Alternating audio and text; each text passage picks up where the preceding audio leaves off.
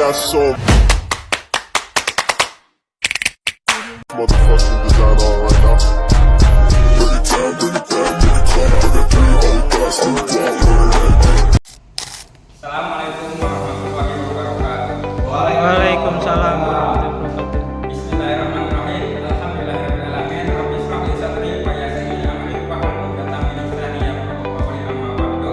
Alhamdulillah, pada kesempatan pagi yang berbahagia ini kita masih diberikan kenikmatan untuk kegiatan pembelajaran. Salawat beserta salam tetap tercurahkan kepada junjungan kita Nabi banyak bahagia Muhammad sallallahu alaihi wasallam. Oke, sebelumnya adik-adik sudah pada tahu nama bapak siapa? Belum. Oke, perkenalan dulu ya adik-adik. Perkenalkan, nama bapak Jidan Muharrobin dari Desa Berdul Kulon, Blok Cipalur. Itulah alamat saya dan nama bapak.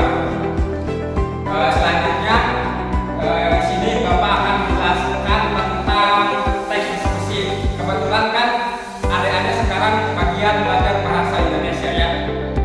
Ya, Sebelumnya ada yang tahu nggak apa itu teks diskusi itu? tidak tahu Pak. Tidak. Oke, ada yang tahu itu. Jadi teks diskusi, sebelum kita mempelajari tentang teks diskusinya, kita harus tahu apa itu sih diskusi. Ada yang tahu diskusi itu apa? Diskusi Bisa jadi ya, terima kasih. Namanya siapa? Oke, ada. Beri apa untuk ada karena udah memberikan apa pendapatnya mengenai diskusi. Ada lagi yang lainnya? tidak. Oke.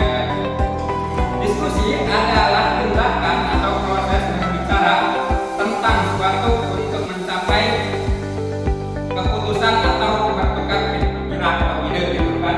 Jadi sebuah diskusi forum diskusi itu bertujuan untuk memecahkan masalah dari satu orang dan dua orang gitu kan, saling bertukar pikiran.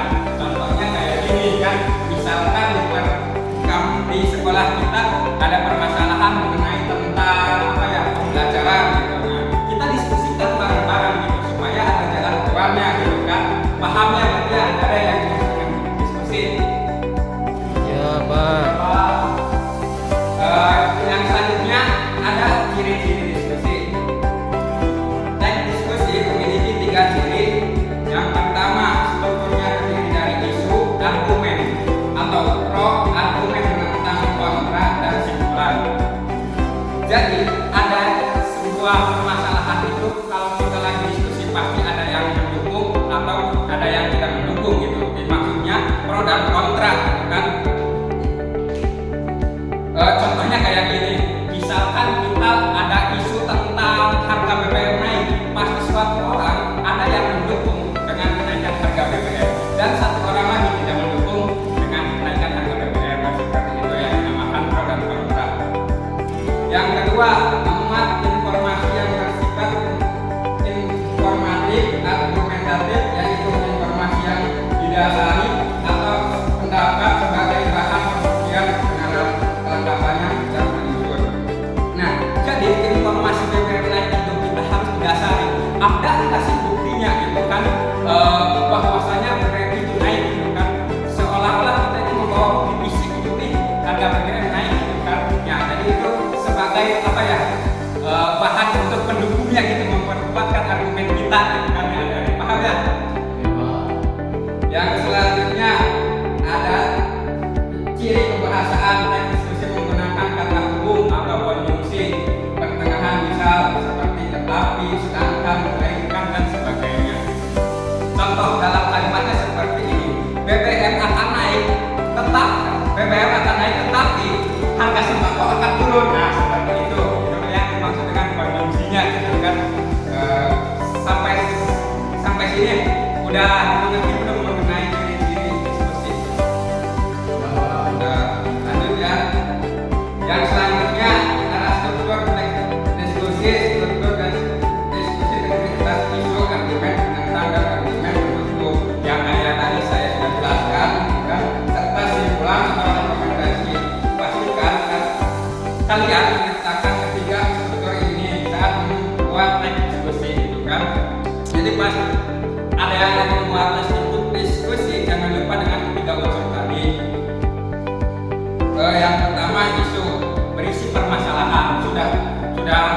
lagi gitu ya sama isu gitu kan. Isu itu bertentangan dengan permasalahan, mau itu permasalahan tentang tata tertib sekolah ataupun tata tertib kampus ataupun yang lainnya gitu kan. Nah, yang kedua ada argumen. Argumen adalah bagian penyampaian pendapat pro atau pendukung dan kontra atau penolakan gitu kan. Argumen ini berisi sanggahan atau pernyataan yang menguatkan salah satu posisi gitu kan. Misalkan si A sangat mendukung dengan tata tertib yang ada di sekolah.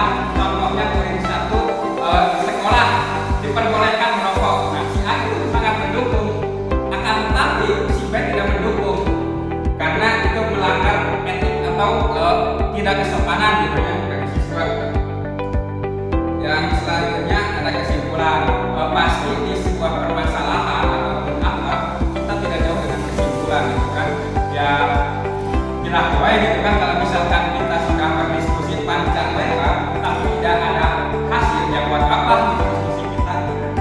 Itulah yang dinamai dalam bentuk diskusi. Selanjutnya ada jenis-jenis diskusi.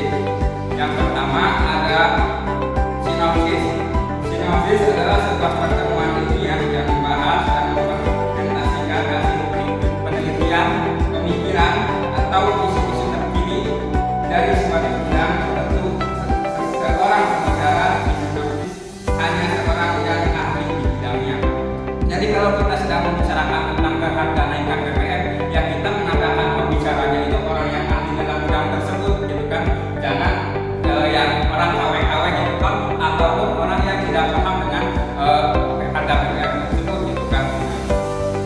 Yang kedua ada konferensi. Di sini konferensi adalah pertemuan resmi yang dilakukan untuk membahas pemikiran, penelitian atau isu-isu terkini.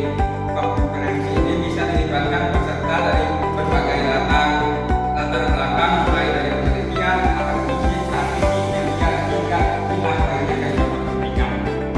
Contohnya kayak misalkan diskusi dalam sekarang nih masa-masa politik gitu kan. Nah, pasti di dalam itu pasti ada keterwakilan gitu, dari akademisi, dari praktis atau dari organisasi lainnya gitu kan, seperti itu. Jadi di sini tuh saling merumuskan permasalahan politik yang ada yang sekarang ini gitu kan. Yang ketiga ada kongres. Nah, kongres adalah pertemuan massa yang pesertanya berasal dari berbagai daerah, organisasi atau latar belakang. Kongres diadakan untuk membahas dan mendiskusikan suatu topik di bidang tertentu. Jadi diskusi kongres ini biasanya dipakai untuk di dalam